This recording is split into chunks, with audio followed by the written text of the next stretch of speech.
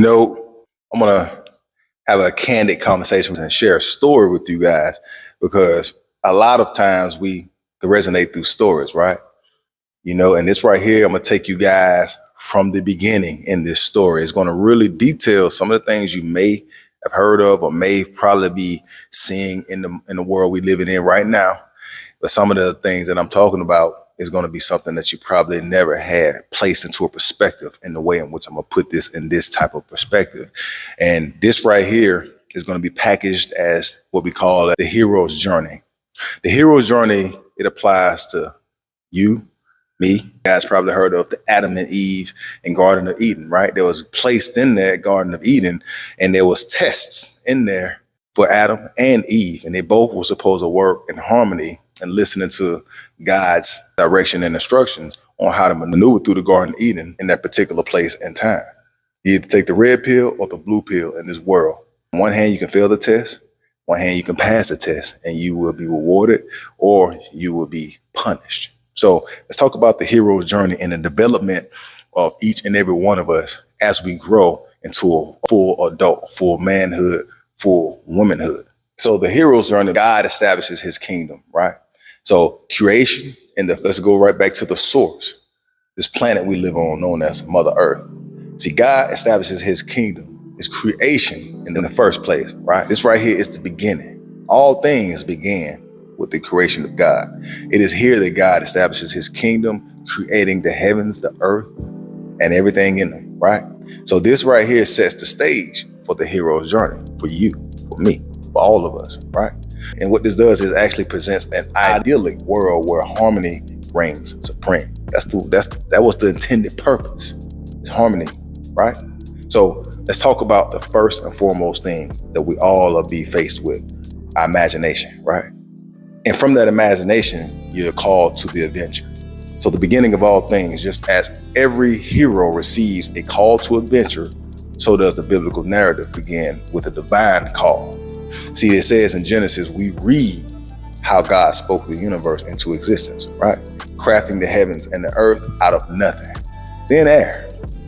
Though his creative power, God sets the foundation for the hero's journey that unfolds throughout the Bible. So the next step, meeting the mentor. So what does that mean? God's role as the creator and the guide for all heroes is to embark on their quest. See, they often encounter mentors who provide guidance, not only guidance, but also wisdom. So, and let's go back to the biblical context. In the biblical narrative, God takes on this role, right? As the creator of all things, like I said earlier, he possesses an infinite knowledge and wisdom for all of us. See, his presence throughout the story serves as a guiding force for both individual heroes and humanity as a whole. There's blind spots, trapdoors, booby traps in this world, right? And we have to tiptoe our way through it. So let's talk about tiptoeing our way or crossing the threshold. Now, I'm gonna speak on the macro. And when I say macro, I'm gonna talk about humanity, right? So humanity enters the world in the hero's journey, crossing the threshold. And what that does, it represents leaving the ordinary world behind and entering into a new realm of adventure. So in the biblical sense, for humanity, the narrative is like this: when this moment occurs, God actually breathes life into Adam and Eve and placing them into the Garden of Eden, right? So this marked the beginning of humanity's epic journey through creation, through rebellion, salvation, redemption, even mission. You got to put on a little mission here and there, in the Garden of Eden with Adam and Eve, and ultimately reconciliation. So from there, let's talk a little bit more about rebellious nature, right? Rebellion in the kingdom, which is known as the fall of man, right? No heroic journey is without its challenges and setbacks. See, dealing with this right here, we witness a tragic rebellion that tarnishes God's perfect kingdom. See, this act right here highlights the consequences of humanity's choice to turn away and rebel against God, who had created them in the first place. Turn it back.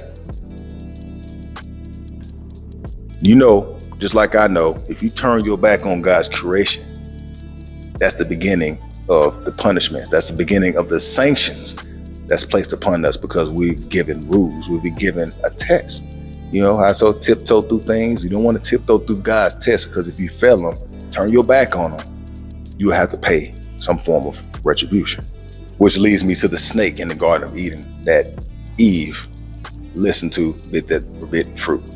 This right here paints an accurate picture of Test's allies, enemies, the temptation, and all of its consequences that comes with it. See, as a hero faced Test, they encounter allies who aid them on their quest, that seek to hinder their progress, your progress. Adam and Eve are faced with temptation in the form of the forbidden fruit, like I said before. And what they did, they succumbed to the deceitful words of the serpent. This right here is an allegory to describe things that's going on to this day. Drugs, sex, adultery, jealousy, envy, all that stuff.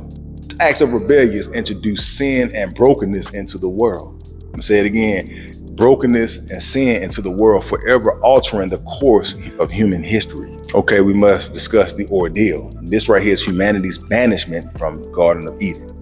Every hero's journey, there comes a point where they must confront their greatest fears or endure an intense ordeal. For humanity, this moment right here arrives when Adam and Eve are banished from the Garden of Eden. It is here that they experience the harsh reality of their actions and bear the weight of their disobedience. Yet, even in their darkest hour, they still have hope. See, hope shines through as God promises a future of deliverance and restoration.